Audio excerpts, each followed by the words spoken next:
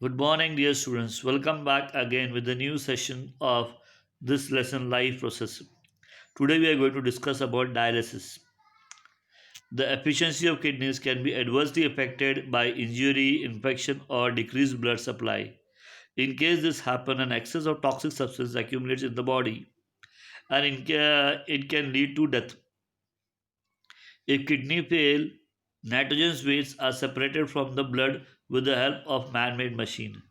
This process of separating the nitrogenous waste from the blood with the help of machine is called as dialysis. About 500 ml of blood is sent at one time through the machine.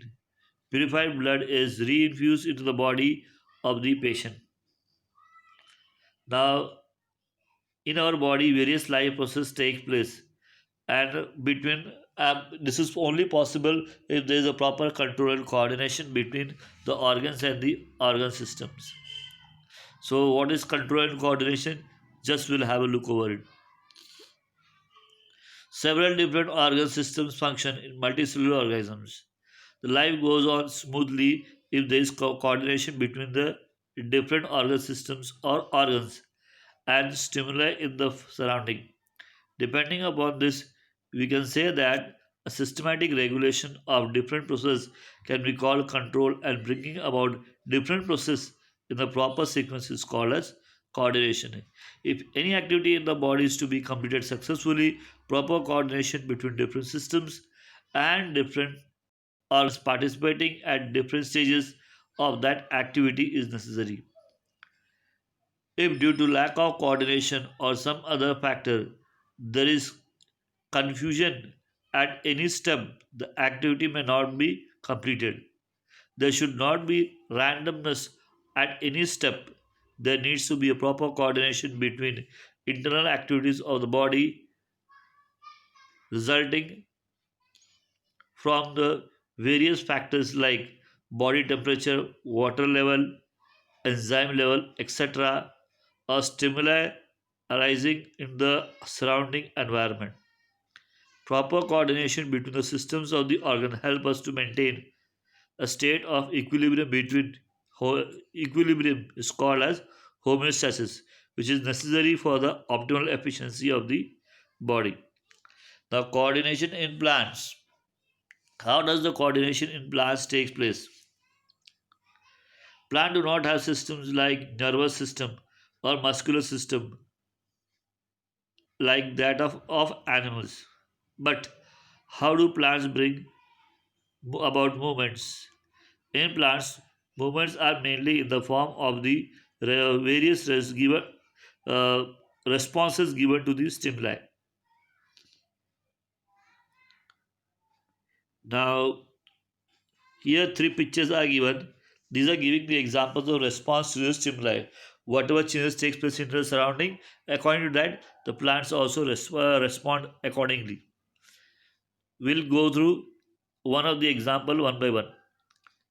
The movement growth at any part of the plant in response to an external stimuli is called as tropism or tropic movement.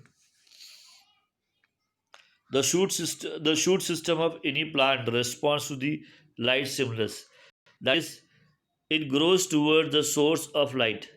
The movement shown by plants toward the source of light is called as phototropic. So, in the presence of light or there is a movement of plants in the direction of light is called as phototropic movement. Similarly, root system of plant responds to stimuli like gravitation and water. These responses are called as gravitropic movement or hydrotropic movement. That is, roots are growing in the direction of gravity or in the direction of water, which is called as either gravitropic movement or hydrotropic movement. Movement shown by plants in response to specific chemicals is called as chemotropic movement. For example, growth in the pollen tubes towards the ovule. So, pollen tube towards the ovule takes place with the help of certain chemical enzymes that is called as chemotropic. All the above mentioned movements of plants are related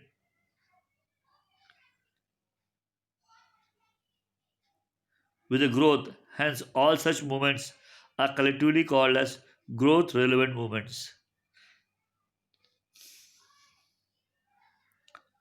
On careful observation, it is seen that in plants like touch me not mimosa movement also occurs at the places other than where there is being touched. Hence, we can infer that information about the touch have not been relayed within the plant from place to one place to another. Plant use electrochemical impulses for the transfer of information from one place to another. Plant cells change their shape by increasing or decreasing their water content and thereby bring about the movements of plants. Some specific movements of the plant is not lead to plant's growth. Such movements are called as growth irrelevant movement. As a response to changes in the surrounding, plant hormones bring about various movements in plants. Now, coordination in human being.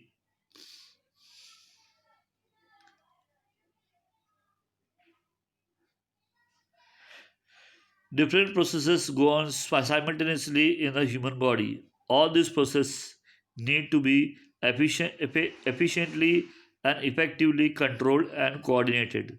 This is done with the help of the two systems. One is called as nervous control.